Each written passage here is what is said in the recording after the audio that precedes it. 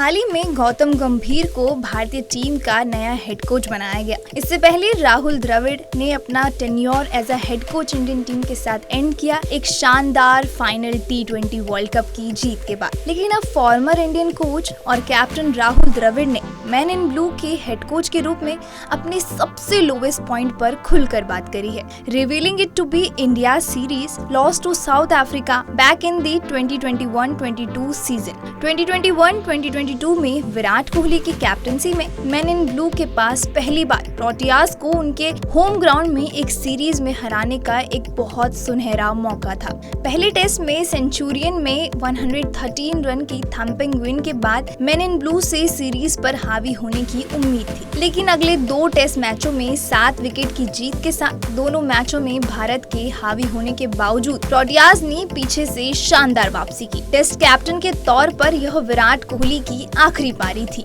राहुल द्रविड़ ने अब star sports से बात करते हुए कहा, अगर आप मुझसे पूछें कि सबसे लोवेस्ट पॉइंट क्या है तो मैं कहूंगा कि मेरे करियर के शुरुआत में साउथ अफ्रीका टेस्ट सीरीज में हमने साउथ अफ्रीका में सेंचुरियन में पहला टेस्ट मैच जीता था और उसके बाद हम दूसरे और तीसरे टेस्ट मैच में खेल रहे थे। जैसे कि आप सभी जानते हैं, हमने साउथ अफ्रीका में कभी कोई सीरीज नहीं जीती है। हमारे लिए वह सीरीज जीतना वाकई बहुत बड़ा मौका था। हमारे कुछ सीनियर खिलाड़ी वहां नहीं थे। राहुल द्रविड़ ने खुलासा किया कि रोहित शर्मा जैसे सीनियर खिलाड़ी सीरीज से चूक गए थे और उसके बावजूद भारत ने 2 मैचों में प्रोटियाज की बराबरी की। लेकिन आखिरकार प्रोटियाज ने जरूरत पड़ने पर भारत को कम स्कोर पर रोक दिया और आसानी से लक्ष्य का पीछा किया। रोहित शर्मा इंजर्ड थे और उस सीरीज में हमारे कुछ सीनियर खिलाड़ी नहीं थे, लेकिन हम बहुत करीब थे और दोनों टेस्ट मैचों में दूसरे और तीसरे टेस्ट मैच में तीसरी पारी में हमारे पास एक बड़ा मौका था। हम अच्छा स्कोर बना सकते थे और मैच जीत सकते थे,